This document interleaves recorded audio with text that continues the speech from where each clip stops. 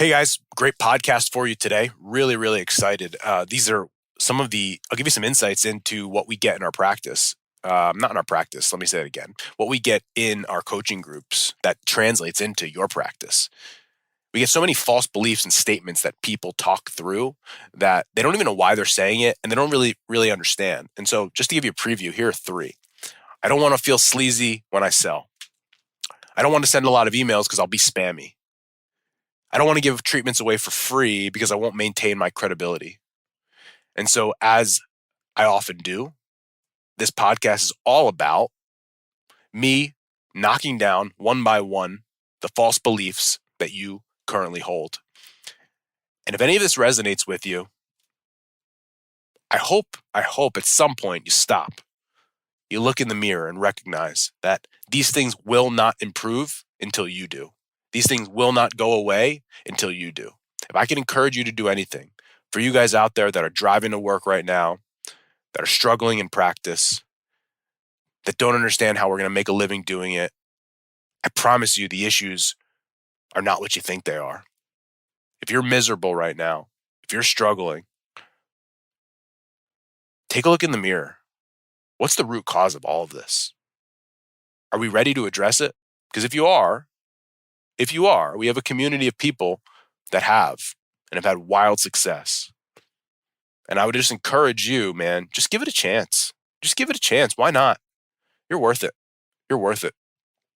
Hey, before I go to the podcast, I wanted to let you know, because of the response that we had for our live event in May 20th and 21st, which is a marketing event. It is 80% marketing. It's going to be absolutely fantastic. It's world class.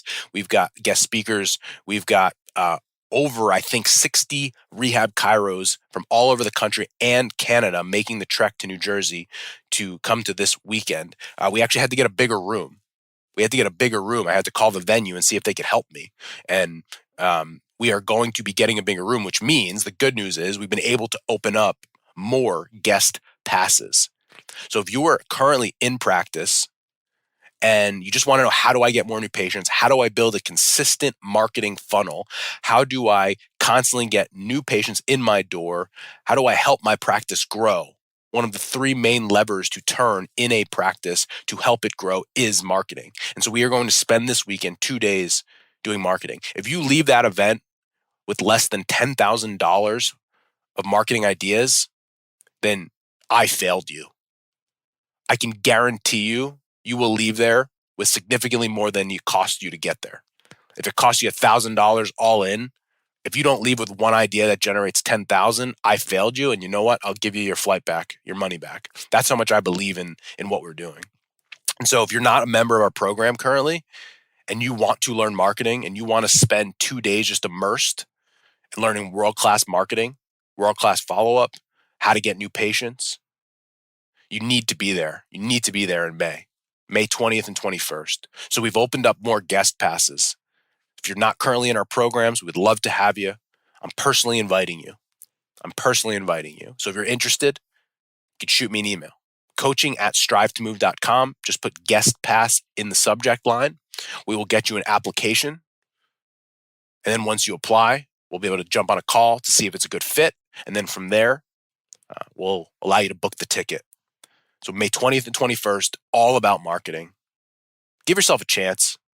If you've done anything, if you've done the DNS, the MPI, if you've done any of the seminars, the clinical seminars, I know your clinical skills are where they need to be. But you know what? If you don't have the marketing skills, all those skills go out the window. Because you know what's really hard? It's really hard to treat patients without patients. If you don't have patients, you can't treat them. So if you're out there, and yet any inkling about improving your practice, about growing your business, marketing is the way you're going to do it. And so I hope someone takes me up on this offer. I hope a few of you that are listening, that are just wondering, that are sitting on the fence, that are getting splinters. We have a couple more guest passes open. You need to email me, coaching@strivetomove.com. Guest pass in the subject line, and we will send you an application. Can't wait to see you all there. What's up, everyone? Welcome to the Business School for the Rehab Chiropractor. Class is officially in session. My name is Justin Rabinowitz, and I am a rehab chiropractor on a mission to teach you, a fellow rehab chiropractor, the exact tools and systems I've used to build my own successful rehab chiropractic practice so you can do the same. I hope you enjoy, and please subscribe. So as people in my sphere, so to speak, whether it's my student mentorship group in EYSL, or it's my mastermind group, or any of my higher level CEO groups, or even my team, something that they will tell you is that language to me is very, very important. Let me say that again. Language is very important because if you're saying it out loud, imagine what's going on in your head. I read a book a few years ago by Trevor Moawad. So people don't know Trevor Moawad. Trevor Moawad was essentially Russell Wilson's mental conditioning coach. And unfortunately, Trevor passed away a few years ago. The book was called It Takes What It Takes. And one of the concepts of that book that Trevor talked about, which I really enjoyed, was the idea that you didn't need positive affirmations. You just needed to stop saying dumb shit. So say less dumb shit. You don't need positive affirmations, but say less dumb shit. Because when you say it out loud, the idea of it becoming true or it being true is significantly higher. And as I always say, imagine if you're saying what you're saying out loud, imagine what's going on in your head. Oftentimes, my first job when I start coaching a client or they come into my world is to just question them on some of the beliefs that they say, that they hold, that they hear, that just sort of gets into the fabric of who they are and what they are being. And if I can help them understand that what they might be saying, even though they believe it's real and they believe it's a fact, that it isn't, and it's just a story that they've either been told or now they are telling themselves, if I can get them to change their belief on that, usually we have a chance. We have a chance to do something. You know, it's so fascinating because I'm very well aware people come to me because they don't have marketing and they don't like to sell and all these different things, right?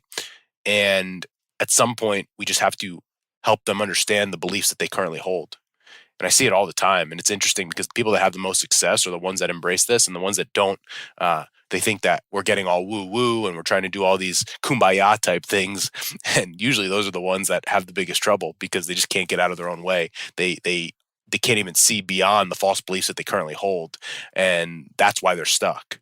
And so it's very meta. And the reason they're stuck is because they can't see their false beliefs and they have false beliefs around their false beliefs. So what I want to talk through today is three of the most common false beliefs, the most common, I call them buzzwords, the most common things I hear, whether it's in my student group or in my mastermind group, that I'm very keen on hearing. Because when I hear them, I have to make sure that I question and challenge them to the point that sometimes it actually is uncomfortable.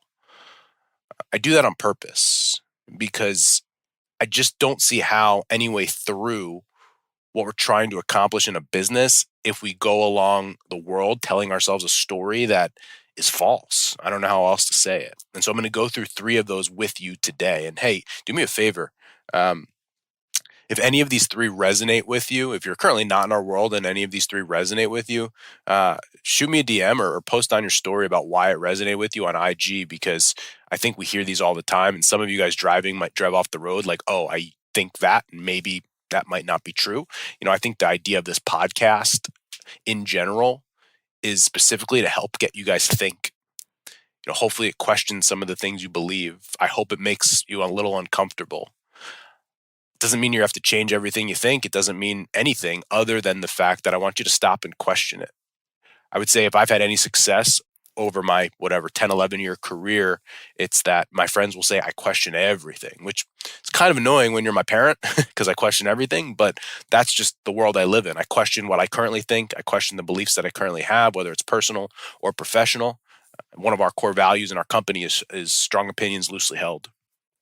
And it's an ethos that I live by, both personally and professionally. So yes, I have strong opinions. You guys know that. You see me all over the internet with those strong opinions, but they're loosely held because I'm currently questioning everything that I believe.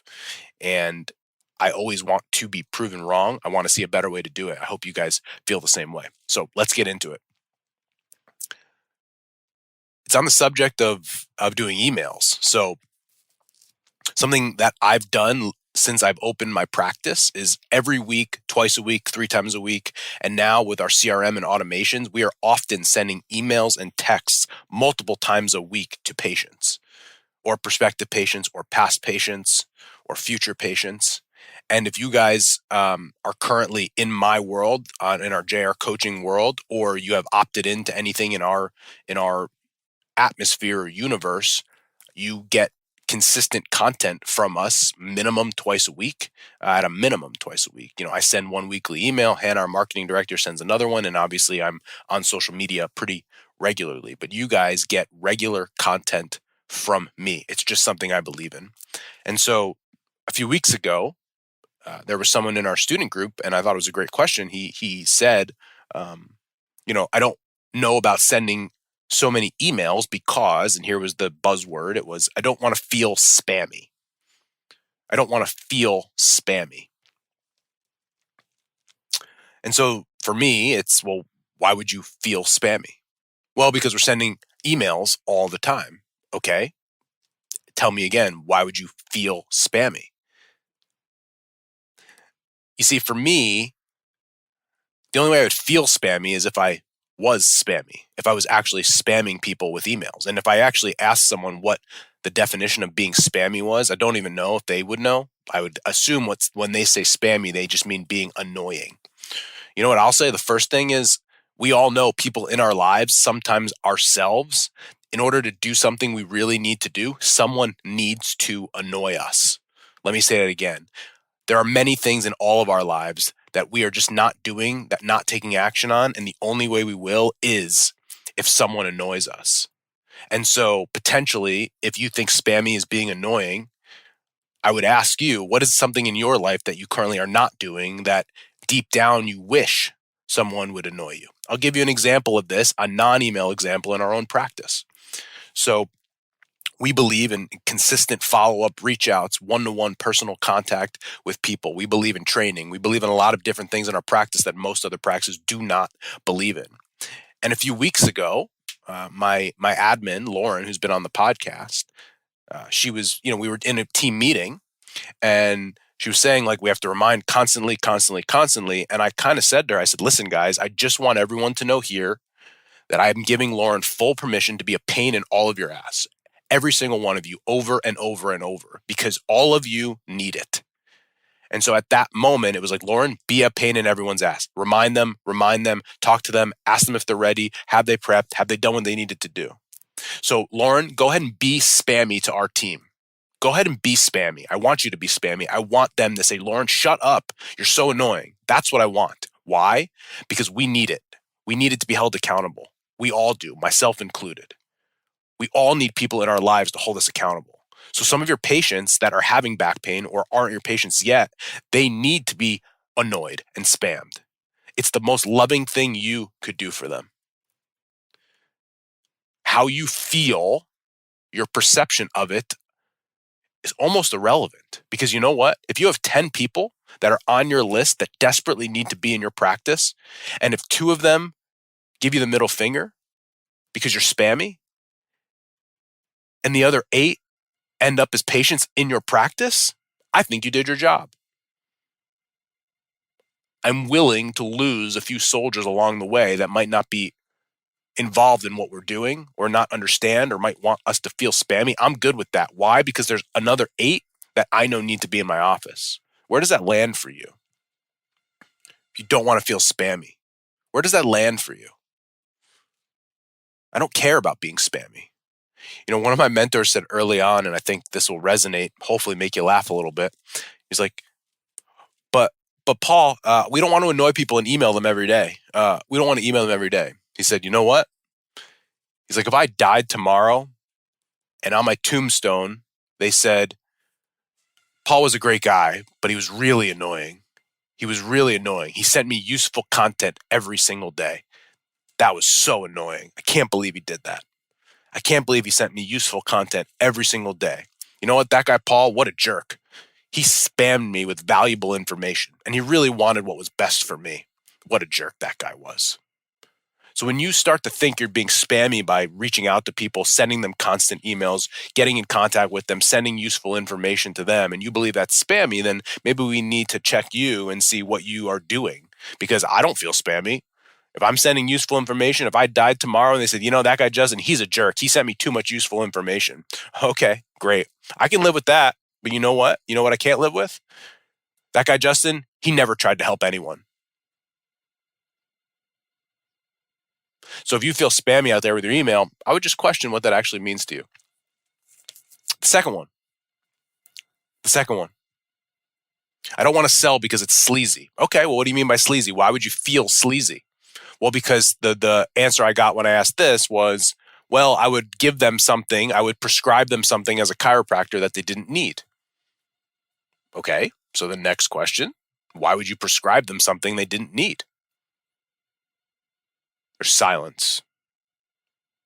So if we're going to feel sleazy as a salesman because we're going to try to sell someone a plan of care or treatments that they don't actually need, what the heck are you doing in your practice? That seems crazy to me. Why would you do that? Why would you do something? Why would you do something that they don't actually need? Why would you prescribe them something that they don't actually need?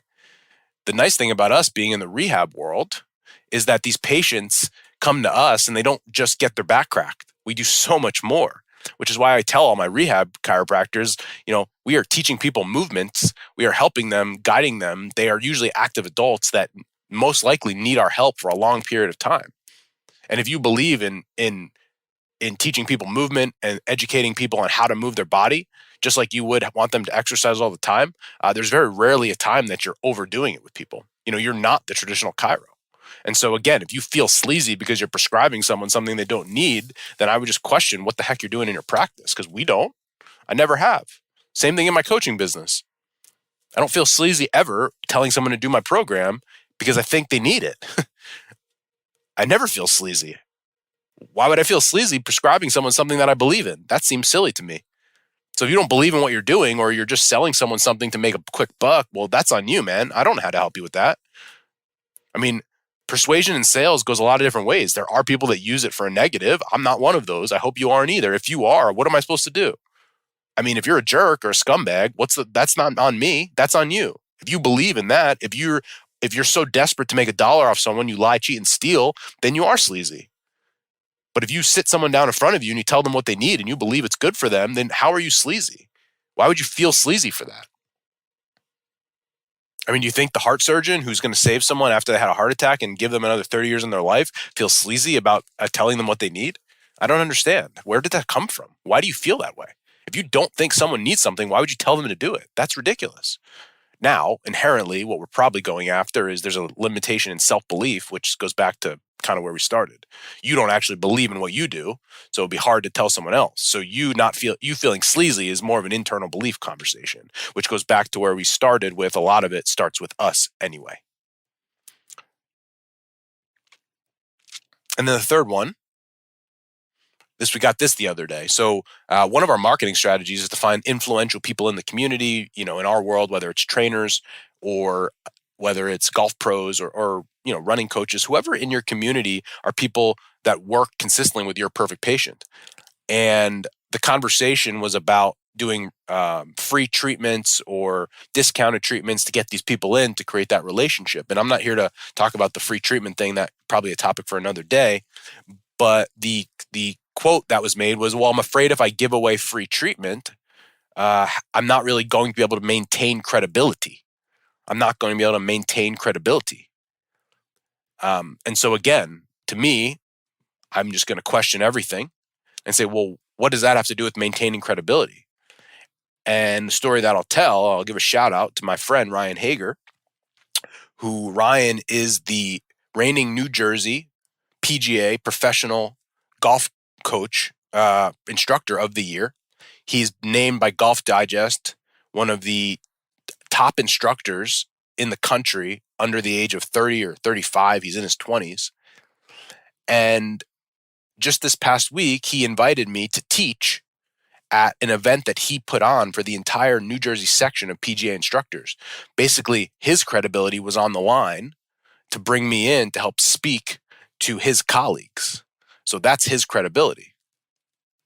And so I don't think he would ask me if he didn't believe I had credibility, because it was for him. It was for his own credibility. His ass was on the line. But guess what? You know who I treat 100% for free? Ryan.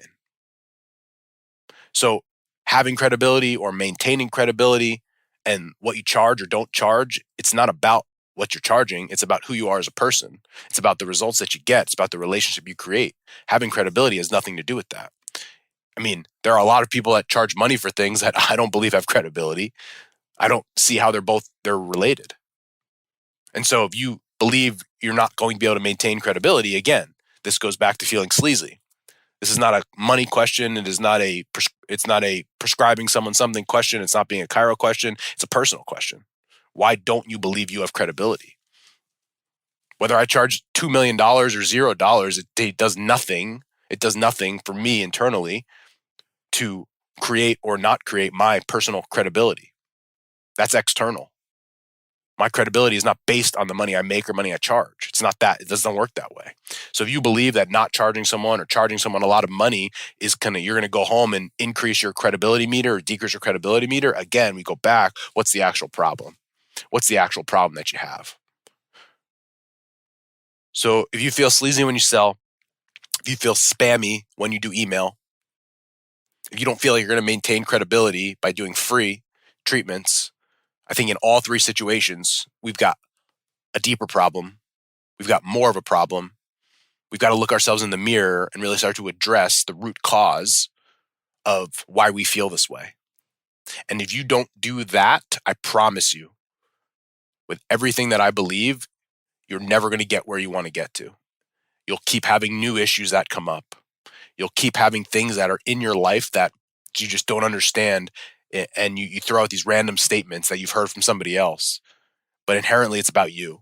That person that looks you back in the mirror, why don't you believe in yourself? Why do you feel sleazy? Why do you feel spammy? That has nothing to do with the email. It has nothing to do with the sales process. It has nothing to do with giving away free treatment.